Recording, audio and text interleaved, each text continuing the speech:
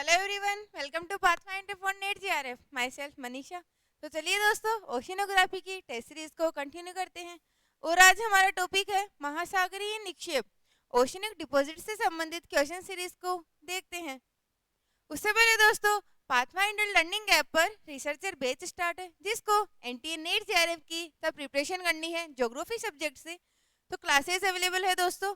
दिसंबर 2023 के नए बैच भी स्टार्ट हो गए हैं, क्योंकि दोस्तों आपके इस कोर्स में 1 ईयर सब्सक्रिप्शन के साथ पेपर 1 पर और पेपर 2 की लाइव एंड रिकॉर्डेड क्लासेस दी जाएगी। साथ ही में दोस्तों आपको पेपर 1 के नोट्स पीडीएफ में दिए जाएंगे और पेपर 2 के नोट्स प्रिंटेड A4 बुकलेट में दिए जाएंगे। इसी कोर्स में दोस्तों आपको टेस्ट सीरीज दी जाएगी जो कि topic wise in full test होंगे और साथ प्रीवियस ईयर क्वेश्चंस भी आपको विद सॉल्यूशन प्रोवाइड किए जाएंगे। और इस कोर्स की फीस है दोस्तों मात्र 5,990 रुपये। साथ ही में दोस्तों विद्या स्थली बैच है आरपीएससी फर्स्ट ग्रेड स्कूल व्याख्याता के लिए। यह भी दोस्तों ज्योग्राफी सब्जेक्ट के लिए है। इस कोर्स में भी आपको 1 ईयर सब्सक्रिप्शन के साथ ज्योग्राफी की लाइव एंड रिकॉर्डेड क्लासेस दी जाएगी। साथ ही में दोस्तों ज्योग्राफी के नोट्स आपको प्रिंटेड A4 बुकलेट में दिए जाएंगे और इसी कोर्स में आपको टेस्ट सीरीज भी दी जाएगी और साथ में प्रीवियस ईयर क्वेश्चंस भी विद सॉल्यूशन प्रोवाइड किए जाएंगे। और इस कोर्स की फीस है मात्र 4500 रुपये। साथ में दोस्तों सारथी बैच है लैब असिस्टेंट ज्योग्राफी सब्जेक्ट के लिए। इस कोर्स में भी दोस्तों आपको 1 ईयर सब्सक्रिप्शन के साथ जो लैब असिस्टेंट ज्योग्राफी सब्जेक्ट की सिलेबस की पूरी लाइव एंड रिकॉर्डेड क्लासेस दी जाएगी। साथ ही में दोस्तों आपको नोट्स दिए जाएंगे जो कि प्रिंटेड A4 बुकलेट में होंगे। इसी में आपको टेस्ट सीरीज भी दी जाएगी जो कि topic wise and full test होंगे और साथ में प्रीवियस ईयर क्वेश्चंस भी आपको विद सॉल्यूशन प्रोवाइड किए जाएंगे। और इस कोर्स की फीस है मात्र 3,000 रुपये। साथ ही में दोस्तों Siddhi Siddhi to achieve goal test series है जो कि आपकी सभी एग्जाम्स में यूजफुल रहेगी, चाहे वो नेट जेआरएफ हो, सेट एग्जाम हो, पीजीटी हो, फर्स्ट ग्रेड हो, स्कूल व्याख्याता हो या फिर लैब असिस्टेंट हो। इन सभी एग्जाम्स में आपको ज्योग्राफी सब्जेक्ट की टेस्ट सीरीज है दोस्तों जो आपको सभी एग्जाम्स में यूजफुल रहेगी, क्योंकि दोस्तों इस टेस्ट सीरीज की फीस है मात्र 299 और इस टेस्ट सीरीज में आपको 1 ईयर सब्सक्रिप्शन के साथ ये दोस्तों इस टेस्ट सीरीज में आपको सिलेबस के अनुसार और टॉपिक के अनुसार ट्रिविया टेस्ट दिए जाएंगे। साथ ही में दोस्तों यूनिट अनुसार आपके टेस्ट लिए जाएंगे और परीक्षा की योजना के अनुसार भी आपके टेस्ट लिए जाएंगे जिन्हें आपको व्याख्या सही सॉल्व करवाया जाएगा। और सभी टेस्ट के सॉल्यूशन क्लासेस भी आपको पाथफाइंडर लर्निंग ऐप पर प्रोवाइड करवाई जाएगी। तो डाउनलोड कीजिए दोस्तों पाथफाइंडर लर्निंग ऐप और यूट्यूब चैनल को सब्सक्राइब कीजिए पाथफाइंडर फॉर नेट जीआरएफ। चलिए दोस्तों ओशनिक डिपॉजिट से संबंधित क्वेश्चन सीरीज देखते हैं और आज का फर्स्ट क्वेश्चन है महासागरीय निक्षेप किसे कहते हैं। महासागरीय निक्षेप किसे कहते हैं? समुद्री तलछट को, समुद्री निक्षेप को, समुद्री जीव जंतु को या समुद्र में पाए जाने वाले धरातलीय रूप को। तो ये दोस्तों महासागरीय निक्षेप किसे कहते हैं?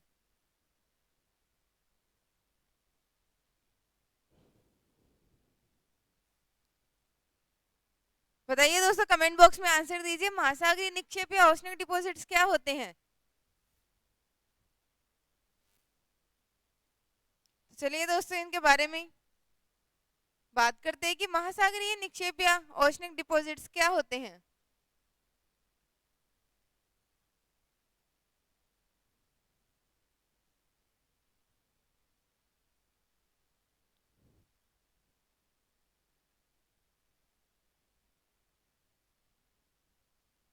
ओशनिक डिपॉजिट्स या फिर महासागरीय निक्षेप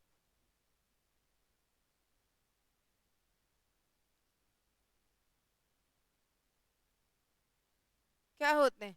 तो दोस्तों महासागरीय निक्षेप या फिर डिपॉजिट्स जो कि महासागरों में पाए जाते हैं, तो ये कहाँ से आते हैं दोस्तों? तो महासागरों में दोस्तों हमें पता है कि अनेक प्रकार के अवसाद पाए जाते हैं, चाहे वो नदियों द्वारा लाए गए हो, सागर द्वारा, पवन द्वारा उड़ाकर लाए गए हो। इन सभी प्रकार के अवसादों को अर्थात सेडिमेंट्स को जब नदी पवन द्वारा सागर में निक्षेपित कर दिया जाता है तो वो सागर के तले में जाकर एकत्रित हो जाते हैं। उन्हीं को दोस्तों महासागरीय निक्षेप कहा जाता है।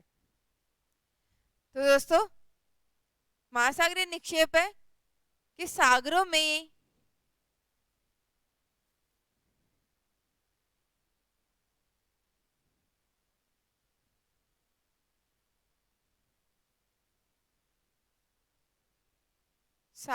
पाए जाने वाले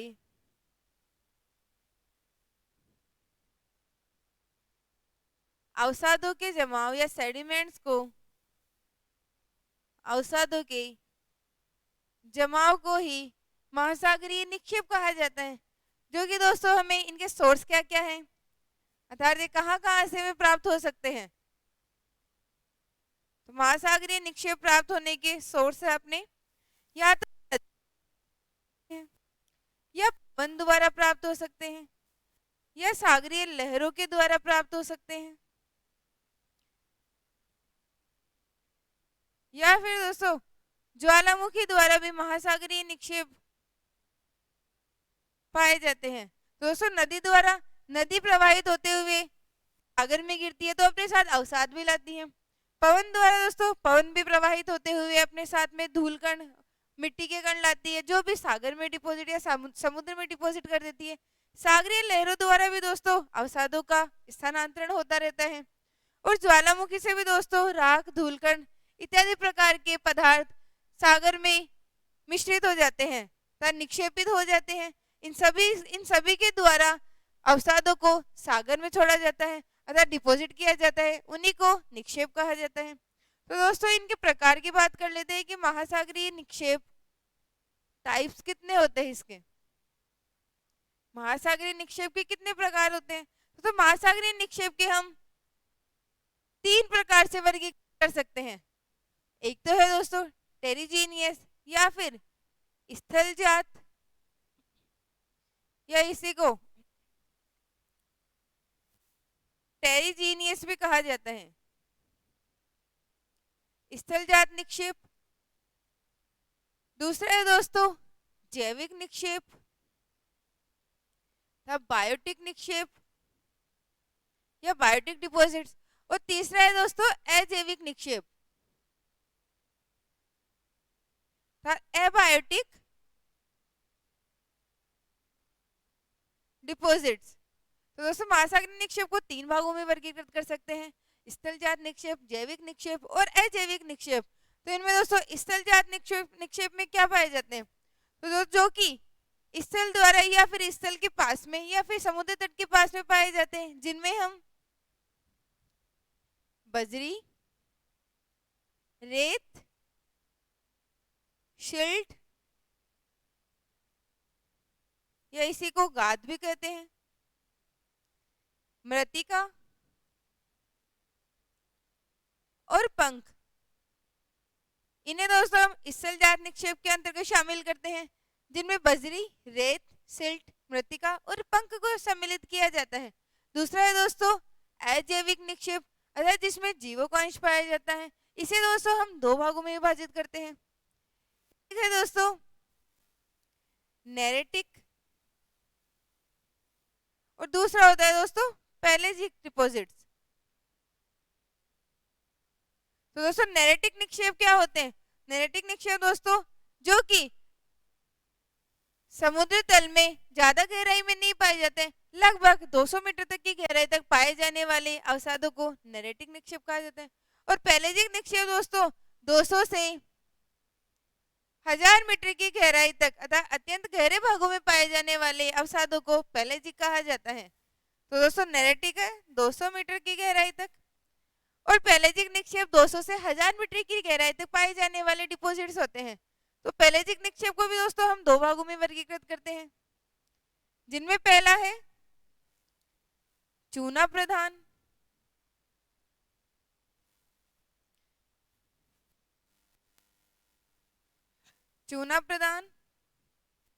और दूसरा है दोस्तों सिलिका प्रधान।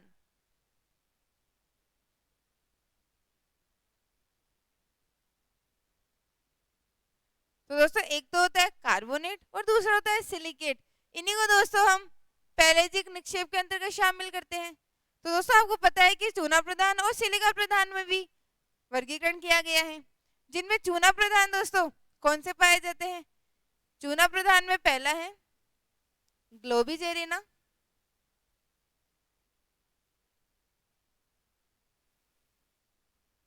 और दूसरा है दोस्तों टेरोपोड।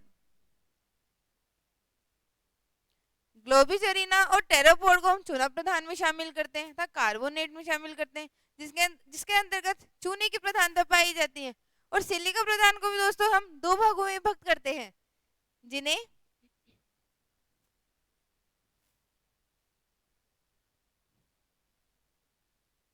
सिलिका प्रधान में दो भागों में विभाजित है, जिनमें दोस्तों एक आता है रेडियोलेरियन,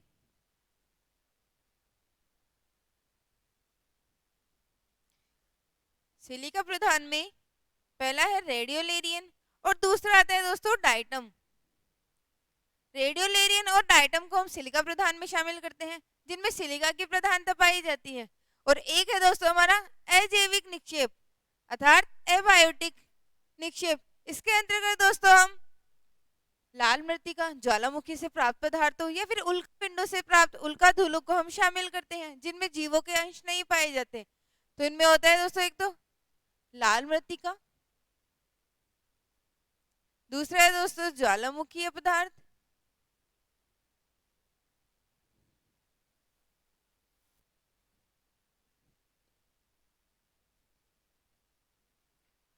और तीसरा होता है दोस्तों उल्का धूल। इस प्रकार दोस्तों इन तीन को हम अजैविक पदार्थों में शामिल करते हैं। तो महासागरीय निक्षेपों को हम तीन भागों में विभाजित करते हैं, पहला है स्थलजात निक्षेप, दूसरा है जैविक निक्षेप और तीसरा है अजैविक निक्षेप। तो इस प्रकार दोस्तों यहीं से आपके मोस्टली क्वेश्चंस बनते हैं। इन क्वेश्चंस में इस टॉपिक से दोस्तों आपको यही पूछा जाता है कि चूना प्रधान उच्च कौन से हैं। इन्हीं को दोस्तों हम उच्च भी कहते हैं, अर्थात पैलेजिक निक्षेप को ही उच्च भी कहा जाता है। यह है पंख, यह मड पंख या इसी को मड कहते हैं, जो कि अत्यंत ही बारीक कण होते हैं। तो बारीक कण होने के कारण दोस्तों उज भी एक पंख का ही एक रूप होते हैं। तो इन्हें दो भागों में विभाजित किया जाता है, चूना प्रधान और सिलिका प्रधान। तो दोस्तों क्वेश्चंस इसी तरह पूछे जाते हैं कि सिलिका प्रधान उज कौन से होते हैं। इस प्रकार रेडियोलेरियन और डाइटम सिलिका प्रधान उज है, और चूना प्रधान उज कौन से होते हैं, ग्लोबिजरीना और टेरेपोड चूना प्रधान उज है। और स्थलजात निक्षेप कौन से पाए जाते हैं, तो दोस्तों बजरी, रेत, सिल्ट, मृत्तिका और पंख स्थलजात निक्षेप के अंतर्गत शामिल करते हैं। मोस्टली दोस्तों आपके यहीं से क्वेश्चंस बन जाते हैं। तो चलिए दोस्तों क्वेश्चंस देख लेते हैं। पहला क्वेश्चन था कि महासागरीय निक्षेप किसे कहते हैं। महासागरीय निक्षेप समुद्री तलछट, समुद्री निक्षेप, समुद्री जीव जंतु या समुद्र में पाए जाने वाले धरातलीय रूपों को।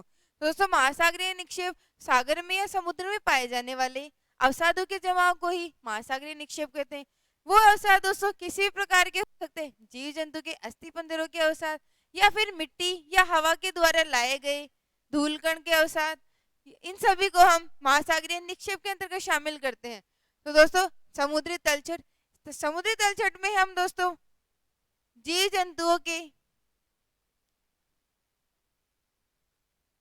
अस्थि पंजरों को शामिल करते हैं। तो ये नहीं आएगा दोस्तों। समुद्री जीव जंतु केवल समुद्री जीवों को महासागरीय निक्षेप में शामिल नहीं करते, और समुद्र में पाए जाने वाले धरातलीय रूपों को ये भी महासागरीय निक्षेप नहीं। तो दोस्तों समुद्री निक्षेप या समुद्री अवसादों के जमाव को ही महासागरीय निक्षेप कहा जाता है। नेक्स्ट क्वेश्चन है स्थलजात निक्षेपों में आप किसे शामिल नहीं करेंगे। तो बताइए दोस्तों स्थलजात निक्षेपों में या टेरिजीनियस डिपॉजिट्स में हम किसे शामिल नहीं करते हैं, पंख, रेत, बजरी या चूना। तो जल्दी से कमेंट बॉक्स में आंसर दीजिए दोस्तों, उसी एक स्लाइड से आपके सारे क्वेश्चंस मोस्टली बन जाएंगे। तो स्थलजात निक्षेप या टेरिजीनियस डिपॉजिट्स क्या होते हैं, कौन कौन से होते हैं।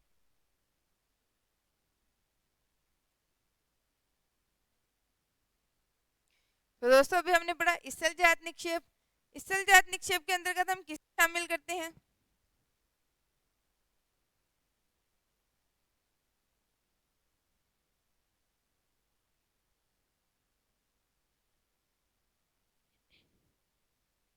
तो दोस्तों स्थलजात निक्षेप में हम पंख को भी शामिल करते हैं, रेत को भी शामिल करते हैं, बजरी को भी शामिल करते हैं, परंतु चूना एक पैलेजिक डिपॉजिट है, अर्थात चूना या कार्बोनेटिक चूना प्रधान पैलेजिक डिपॉजिट्स है, जिन्हें हम स्थलजात निक्षेप में शामिल नहीं करते।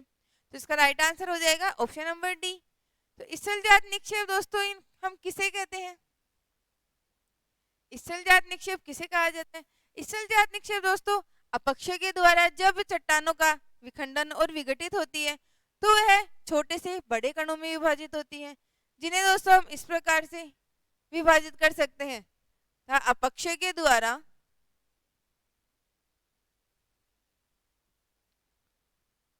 चट्टानों का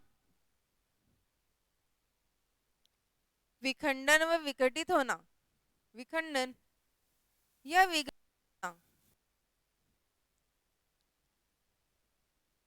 जो कि अनेक रूपों में हो सकता है दोस्तों, या तो छोटे कणों में या बड़े कणों में। तो दोस्तों उन कणों से भी क्वेश्चंस पूछा जाता है कि बड़े आकार के कण कौन से होते हैं और छोटे आकार के कण कौन से होते हैं। तो स्थलजात निक्षेपों में हमने बात की थी कि एक तो होता है बजरी, ये इसी को कहते हैं दोस्तों ग्रेवल। दूसरा होता है दोस्तों रेत, अर्थात इसे ही सैंड कहा जाता है। एक होता है दोस्तों गाद, ये इसी को सिल्ट कहा जाता है। उसके बाद होता है दोस्तों मृत्तिका अर्थात क्ले, और उसके बाद होता है दोस्तों पंख, या इसी को कहा जाता है मड। इस प्रकार दोस्तों ये सभी स्थलजात निक्षेप के अंतर्गत शामिल किए जाते हैं। इनका सीक्वेंस भी दोस्तों इसी प्रकार है, सबसे बड़े आकार की बजरी, उसके बाद रेत, और बाद में गाद, और उसके बाद में मृत्तिका, और सबसे छोटे कण पंख के पाए जाते हैं। तो उनके कणों की आकार की भी बात की जाए तो बजरी दोस्तों कितने आकार की पाई जाती है, तो इनका कितना व्यास होता है? तो बजरी का दोस्तों 1 से 256 मिली 1 से 256 mm तक का व्यास बजरी का होता है। इसी के अंतर्गत दोस्तों हम बोल्डर, ग्रेवल या पेबल को भी शामिल कर देता है। बड़े आकार के कणों को बजरी के अंतर्गत शामिल किया जाता है। उसके बाद होता है दोस्तों रेत। रेत का दोस्तों रेत का कण कितने प्रकार में कितना व्यास होता है रेत का? दोस्तों रेत का व्यास होता है 1 से 1/16 mm। ये होता है दोस्तों सैंड या फिर रेत का व्यास होता है। उसके बाद में दोस्तों होता है गाद। तो गाद का दोस्तों हम 1/17 to 1/256 mm गाद का व्यास होता है। उसके बाद में दोस्तों हम बात करें मृत्तिका की, तो मृत्तिका का व्यास दोस्तों 1/257 से 1/192 mm क्ले या फिर मृत्तिका का व्यास होता है। और पंख दोस्तों मृत्तिका से भी बारीक कणों को या फिर मृत्तिका से भी छोटे कणों को पंख कहा जाता है। इन्हें भी दोस्तों हम अर्थात मरे महोदय ने पंख को भी 3 भागों में विभाजित किया था, या मड को भी मरे महोदय ने 3 भागों में विभाजित किया था, जिनमें पहला है रासायनिक रूप से इन्हें 3 भागों में विभाजित किया था। पहला है दोस्तों लाल पंख, रेड मड। दूसरा है दोस्तों ब्लू मड, और तीसरा है दोस्तों ग्रीन मड। इस प्रकार दोस्तों मरे महोदय ने पंख को 3 भागों में विभाजित किया था, लाल पंख, नीला पंख और ग्रीन मड। तो इस प्रकार दोस्तों लाल पंख का निर्माण किससे होता है? तो लाल पंख का दोस्तों आपको पता है लोहे के ऑक्साइड के कारण इसका रंग लाल होता है। नीला रंग किस प्रकार होता है दोस्तों? मड का नीला रंग दोस्तों लोहे के सल्फाइड के कारण होता है। इसी प्रकार दोस्तों हरा पंख किसके कारण होता है? दोस्तों हरा पंख पोटेशियम के कारण होता है। इस प्रकार दोस्तों मरे महोदय ने पंख को 3 भागों में विभाजित किया, लोहे की ऑक्साइड के कारण लाल पंख, नीला था लोहे के सल्फाइड के कारण नीला पंख, और पोटेशियम के कारण हरा पंख दिखाई दे या फिर हरा पंख निर्मित होता है।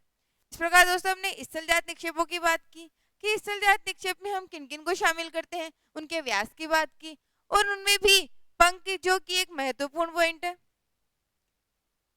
इनका विभाजन किया। इस प्रकार दोस्तों हमने स्थलजात निक्षेप के बारे में सभी पॉइंट्स को क्लियर कर लिया है। अब क्वेश्चन था दोस्तों हमारे कि स्थलजात निक्षेपों में आप किसे शामिल नहीं करते, तो दोस्तों चूने को हम स्थलजात निक्षेपों में शामिल नहीं करते हैं। नेक्स्ट क्वेश्चन है, महासागरीय निक्षेपों का अध्ययन इनमें से किस वैज्ञानिक ने नहीं किया है, मरे ने, फिप्स ने, ट्रेवन होकेल ने या होम्स ने?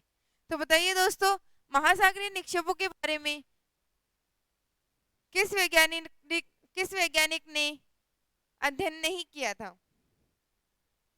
कमेंट बॉक्स में आंसर दीजिए दोस्तों कि महासागरीय निक्षेपों के बारे में कौन से वैज्ञानिक ने अध्ययन नहीं किया था।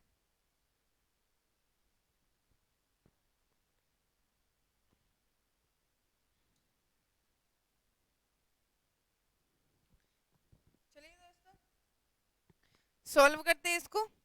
महासागरीय निक्षेपों के बारे में किस किस ने अध्ययन किया था, तो दोस्तों मरे महोदय ने भी किया था। इस क्वेश्चन को दोस्तों आप एलिमिनेट ऑप्शन से भी लगा सकते हैं। मरे महोदय ने किया था, फिप्स महोदय ने भी किया था, और ट्रेवन होकेल महोदय ने भी किया था। अगर आपको इन क्वेश्चंस में डाउट हो तो दोस्तों आपको होम्स का तो पता है कि होम्स ने क्या कार्य किया था। दोस्तों होम्स महोदय ने कन्वेक्शनल करंट थ्योरी दी थी,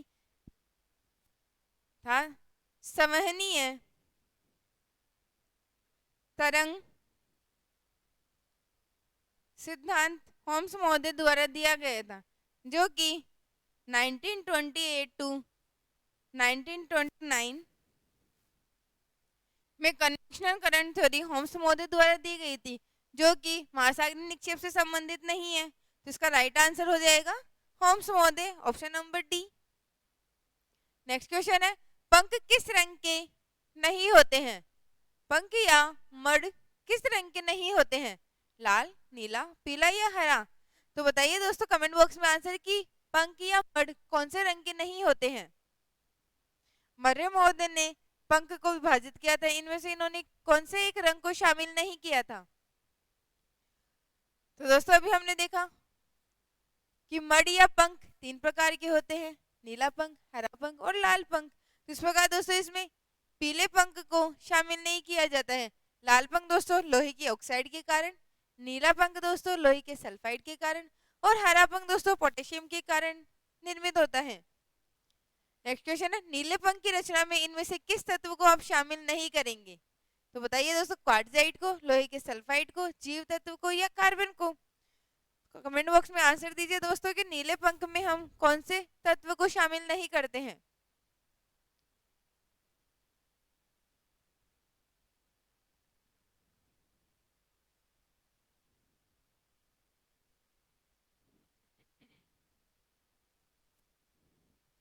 तो चलिए देखते हैं दोस्तों, नीले पंख के अंतर्गत दोस्तों हमने लोहे के सल्फाइड की बात की थी, जिसके अंतर्गत हम क्वार्टजाइट को भी शामिल करते हैं, लोहे के सल्फाइड को भी शामिल करते हैं, और जीव तत्वों को तो महासागरीय निक्षेपों में शामिल किया जाता ही है। परंतु दोस्तों कार्बन को हम नीले पंख में शामिल नहीं करते हैं।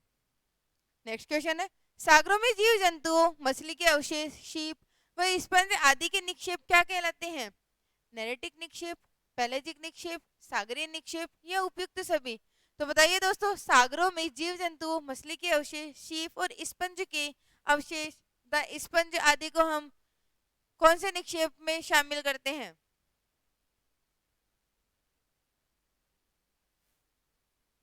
तो दोस्तों एक डायग्राम बनाती हूँ, उस क्वेश्चन का आप आंसर देखना उसमें।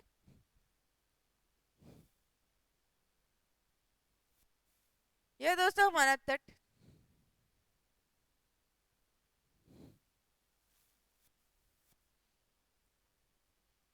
थोड़ा छोटा हो गया है दोस्तों।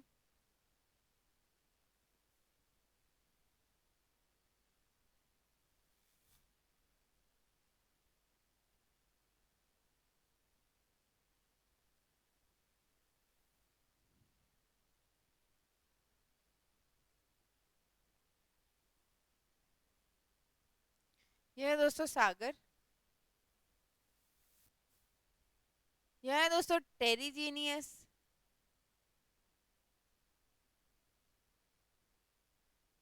या फिर स्थलजात निक्षेप,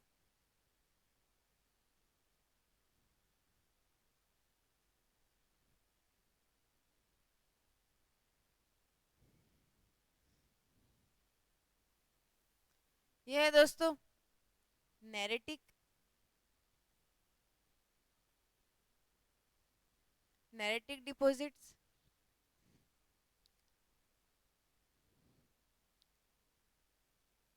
और ये है दोस्तों पैलेजिक डिपॉजिट्स।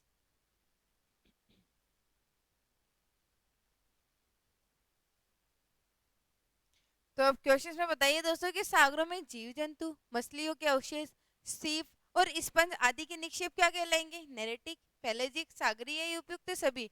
तो बताइए दोस्तों, इस डायग्राम को देख के आप बता सकते हैं कि जीव जंतु, मछली के अवशेष, सीप और स्पंज कहाँ पर पाए जाते हैं?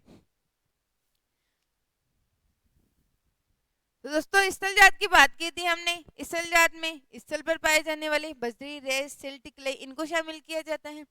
और नेरेटिक की बात की थी दोस्तों हमने, 200 मीटर की गहराई तक पाए जाते हैं। और पैलेजिक दोस्तों 1000 मीटर की गहराई तक पाए जाने वाले निक्षेपों को पैलेजिक निक्षेप कहा जाता है। तो दोस्तों बताइए कि जीव जंतु, मछली के अवशेष, शीप और स्पंज कौन सी गहराई तक पाए जाते हैं?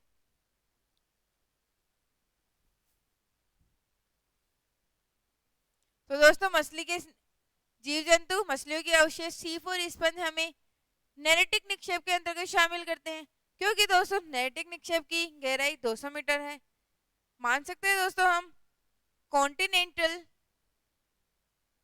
शेल्फ को इसमें शामिल किया जाता है, अर्थात कॉन्टिनेंटल शेल्फ तक नेरेटिक निक्षेप पाए जाते हैं। कॉन्टिनेंटल शेल्फ की गहराई दोस्तों 100 फीट या फिर 200 मीटर तक पाई जाती है। और इसी क्षेत्र में दोस्तों सर्वाधिक मात्रा में मछलियां पाई जाती हैं। और मछलियों के अवशेष भी दोस्तों यहीं पर पाए जाएंगे, जीव जंतु भी यहीं पाए जाएंगे, शीप भी यहीं पाए जाएंगे, स्पंज भी इसी क्षेत्र में पाए जाते हैं। तो इसका राइट आंसर हो जाएगा option number A, neritic निक्षेप।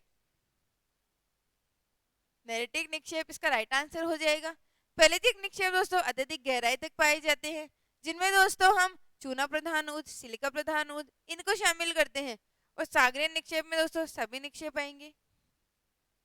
Next question है, पैलेजिक निक्षेप मुख्यतः निम्न में से किस गहराई के नीचे पाए जाते हैं? 1000 फेदम, 100 फेदम, 600 फेदम या 200 फेदम? तो बताइए दोस्तों पैलेजिक निक्षेप कितनी गहराई तक पाए जाते हैं?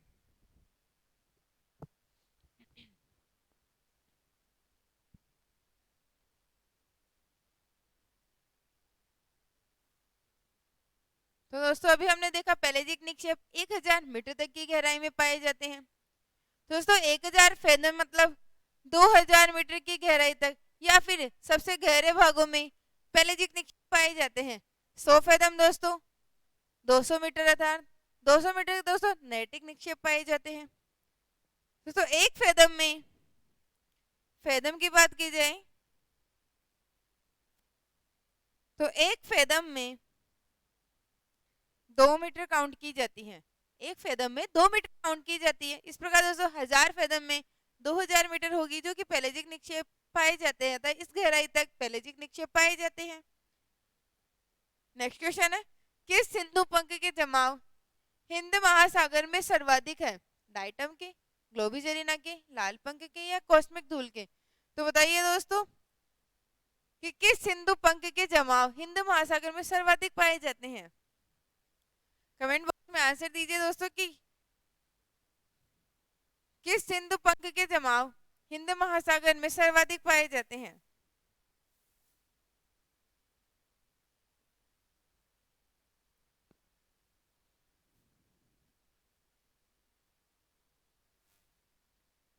चलिए देखते हैं दोस्तों।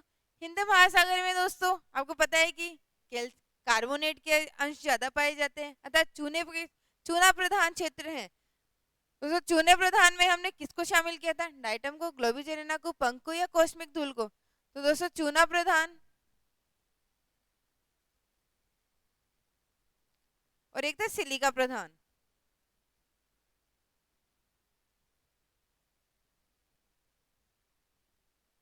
तो दोस्तों चूना प्रधान में तो हम बात करते हैं ग्लोबिजेरिना और टेरोपोड की। उसी प्रकार दोस्तों सिलिका प्रधान में हमने बात की थी रेडियोलेरियन और डाइटम की। तो दोस्तों चूना प्रधान हिंद महासागर में इनमें से चूना प्रधान कौन सा है?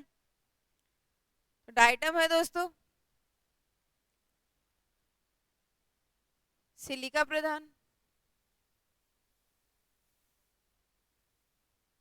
ग्लोबिजेरिना है दोस्तों चूना प्रधान। लाल पंख है दोस्तों हमारा अर्थात मड का भाग है, जो कि निक्षेप है। और कॉस्मिक धूल दोस्तों ज्वालामुखी पदार्थ, ज्वालामुखी धूल है, जिन्हें हम एबायोटिक एबायोटिक डिपॉजिट्स में शामिल करते हैं। इस प्रकार दोस्तों राइट आंसर क्या होगा? हिंद महासागर में ग्लोबिजेरिना के जमाव सर्वाधिक पाए जाते हैं। राइट आंसर है इसका ऑप्शन नंबर बी, ग्लोबिजेरिना या फिर चूना प्रधान उच्च के सर्वाधिक मात्रा में जमाव हिंद महासागर में पाए जाते हैं। नेक्स्ट क्वेश्चन है, प्रशांत महासागरीय तली में सर्वाधिक विशिष्ट जमाव पाए जाते हैं डाइटम सिंधु पंख के, टेरापोड पंख के, स्थलजाल जमाव के या फिर लाल चीका के। तो बताइए दोस्तों कि हिंद महासागर में कौन से निक्षेप के जमाव सर्वाधिक पाए जाते हैं? प्रशांत महासागर में कौन से निक्षेप के जमाव सर्वाधिक मात्रा में पाए जाते हैं?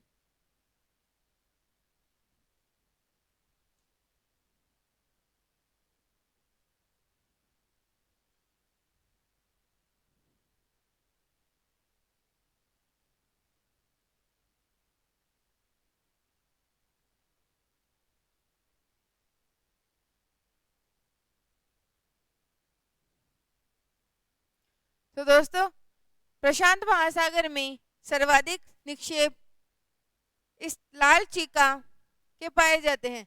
लाल चीका दोस्तों एक एबायोटिक डिपॉजिट्स है,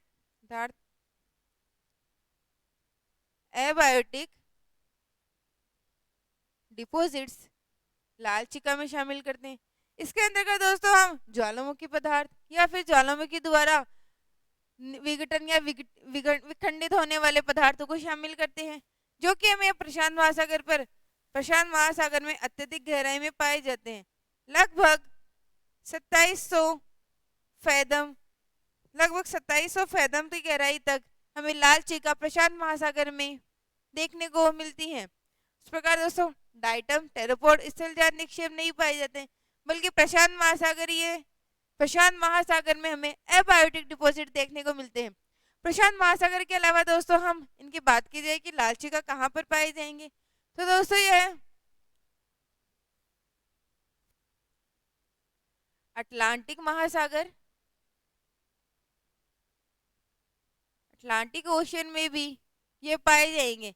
अटलांटिक ओशन में दोस्तों लगभग 40 डिग्री उत्तरी व दक्षिणी अक्षांशों के मध्य एबायोटिक डिपॉजिट्स पाए जाते हैं। नेक्स्ट क्वेश्चन है, चूना प्रधान सिंधु पंख के अंतर्गत आते हैं डाइटम, रेडियोलेरियन, टेरापोड, सिंधु पंख, डाइटम या सभी सत्य है। तो बताइए दोस्तों चूना प्रधान उज में या कार्बोनेट उज में किसे शामिल करते हैं?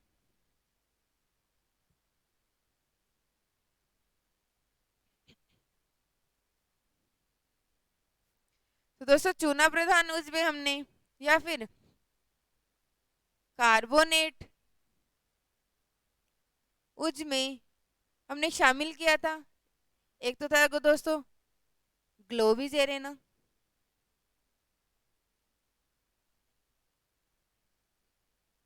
और एक था दोस्तों टेरापोड। इन दो को हमने चूना प्रधान उज में शामिल किया था। तो ऑप्शंस में देखिए दोस्तों डाइटम दोस्तों सिलिका प्रधान उज है, टेरापोड और डाइटम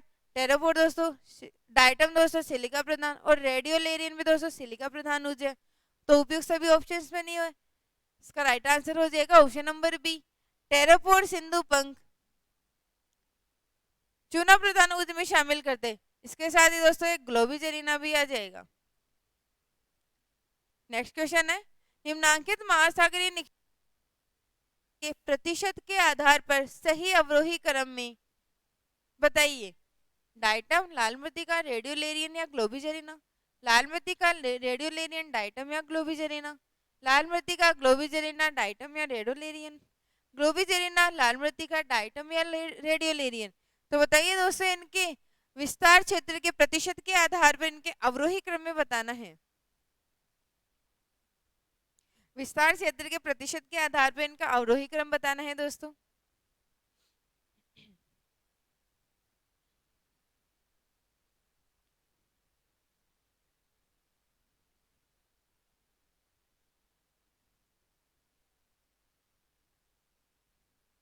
तो चलिए देखते हैं दोस्तों इसका आंसर। तो दोस्तों सर्वाधिक विस्तारित क्षेत्र में अर्थात प्रतिशत के आधार पर सर्वाधिक विस्तार लाल मृत्तिका का पाया जाता है। उसके बाद दोस्तों ग्लोबिजेरिना का पाया जाता है। उसके बाद दोस्तों डाइटम का पाया जाता है और सबसे लास्ट में रेडियोलेरियन का पाया जाता है। तथा सर्वाधिक मात्रा में पहले एपोटिक डिपॉजिट्स होते हैं, उसके बाद में दोस्तों कार्बोनेट ऊज होते हैं और उसके बाद में सिलिकेट ऊज को शामिल करते हैं। तो सबसे पहले इसमें लाल मृत्तिका, फिर ग्लोबिजेरिना, उसके बाद डाइटम और रेडियोलेरियन को शामिल करते हैं। तो इसका राइट आंसर हो जाएगा option number C. Next question है, महासागरों में सबसे अधिक गहराई पर पाए जाने वाला निक्षेप कौन सा है? लाल पंख, लाल मृत्तिका, डाइटम ऊज या तटवर्ती अकार्बनिक निक्षेप। तो बताइए दोस्तों सर्वाधिक गहराई पर पाए जाने वाले निक्षेप कौन से हैं?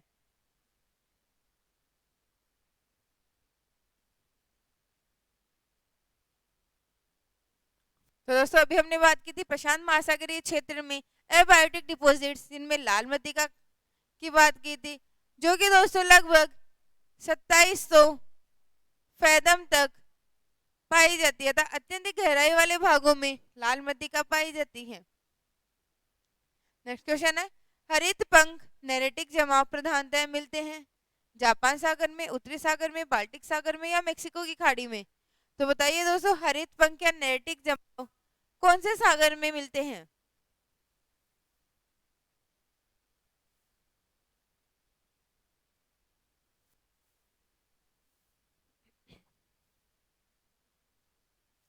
तो दोस्तों हरित पंख या फिर हरा पंख जो कि पोटेशियम की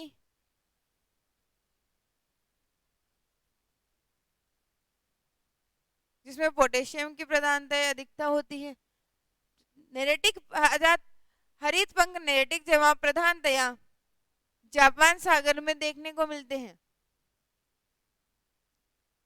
नेक्स्ट क्वेश्चन है, निम्नलिखित में से कौन सा एक जैविक महासागरीय निक्षेप नहीं है? टेरापोड, ग्लोबिजेरिना, लाल मृत्तिका या डाइटम। तो बताइए दोस्तों निम्न में से कौन सा एक जैविक महासागरीय निक्षेप नहीं है? बायोटिक डिपॉजिट्स इनमें से कौन सा नहीं है? या फिर बात करें दोस्तों इनमें से हमें बताना है कि इनमें से कौन सा अजैविक निक्षेप है या फिर एबायोटिक डिपॉजिट्स है। तो सभी हमने बात की थी एबायोटिक डिपॉजिट्स में लाल मृत्तिका को शामिल करते हैं। इसके साथ ही दोस्तों ज्वालामुखी धूल या फिर उल्का धूल को भी एबायोटिक निक्षेप में शामिल किया जाता है। टेरापोड, ग्लोबिजेरिना और डाइटम दोस्तों हमने पेलेजिक निक्षेप बात की थी जो कि एक बायोटिक डिपॉजिट्स है।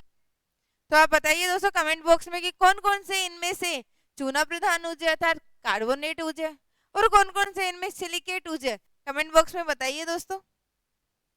नेक्स्ट क्वेश्चन है, ज्वालामुखी रेत के नाम से जाने जाते हैं नीला पंख, लाल पंख, हरा पंख या बड़े कणों वाले ज्वालामुखी पदार्थ। तो बताइए दोस्तों ज्वालामुखी रेत कौन से जाने जाते हैं?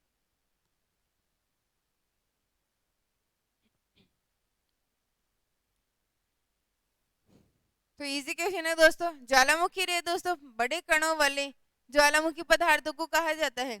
नीला पंख, लाल पंख और हरा पंख मड के प्रकार है जो कि टेरिजीनियस निक्षेप में शामिल किया जाता है। अर्थात स्थलजात निक्षेपों में मड के प्रकारों को 3 भागों में विभाजित किया गया है, परंतु ज्वालामुखी रेत के नाम से बड़े कणों वाले ज्वालामुखी पदार्थ हैं जिन्हें हम एबायोटिक डिपॉजिट्स भी कहते हैं।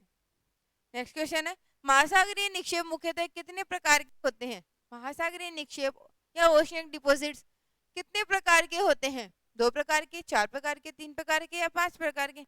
तो बताइए दोस्तों महासागरीय निक्षेप कितने प्रकार के होते हैं? स्टार्टिंग में ही हमने बात की थी दोस्तों महासागरीय निक्षेपों की टाइप्स के बारे में। तो बताइए कितने टाइप्स में हमने महासागरीय निक्षेपों को बांटा था? तो दोस्तों हमने ओशियन डिपॉजिट्स का क्लासिफिकेशन किया था, उसमें हमने देखा था कि महासागरीय निक्षेप 3 प्रकार के हैं। पहला है दोस्तों टेरिजीनियस,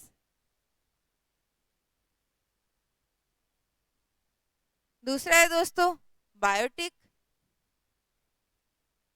और तीसरा है दोस्तों एबायोटिक। इस प्रकार हमने 3 भागों में महासागरीय निक्षेपों को वर्गीकृत किया था। नेक्स्ट क्वेश्चन है, चूना प्रधान सिंधु पंख कौन सा है? चूना प्रधान सिंधु पंख कौन सा है इनमें से? ग्लोबिजेरिना, रेडियोलेरियन, डाइटम या लाल पंख? तो बताइए दोस्तों जल्दी से कमेंट बॉक्स में चूना प्रधान उसका कौन से हैं?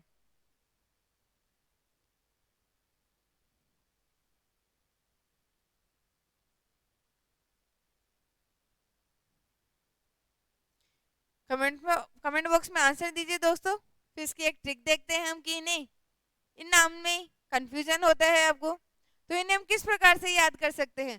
दोस्तों चूना प्रधान उच्च ग्लोबिजेनिना ही है। रेडियोलेरियन और डाइटम दोस्तों सिलिका प्रधान उच्च में शामिल करते हैं। तो दोस्तों सिलिका प्रधान उच्च को हम या सिलिकेट उच्च को याद करने के लिए दोस्तों हम RDX या RDS से भी शामिल या याद कर सकते हैं। RDX दोस्तों मूवी देखी होगी, उसमें RDX था, उसके नाम पर दोस्तों एक्स को हटा के यहाँ पे आप S कर सकते हैं। R से दोस्तों रेडियोलेरियन, D से दोस्तों डाइटम और S से दोस्तों सिलिका प्रधान। इस प्रकार RDS से भी हम सिलिका प्रधान उसको शामिल करते हैं।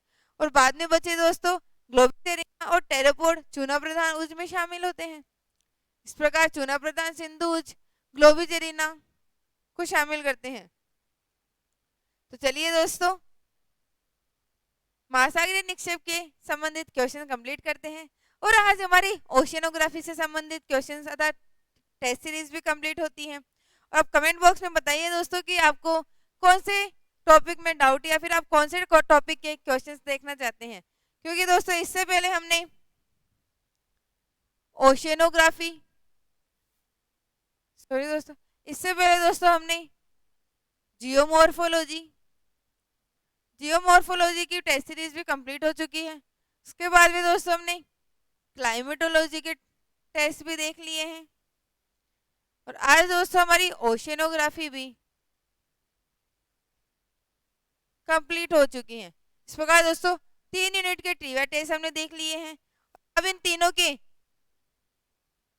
Pathfinder for net JRF channel पर इन तीनों की प्लेलिस्ट बना दी गई है दोस्तों, वहां से आप इन्हें देख सकते हैं।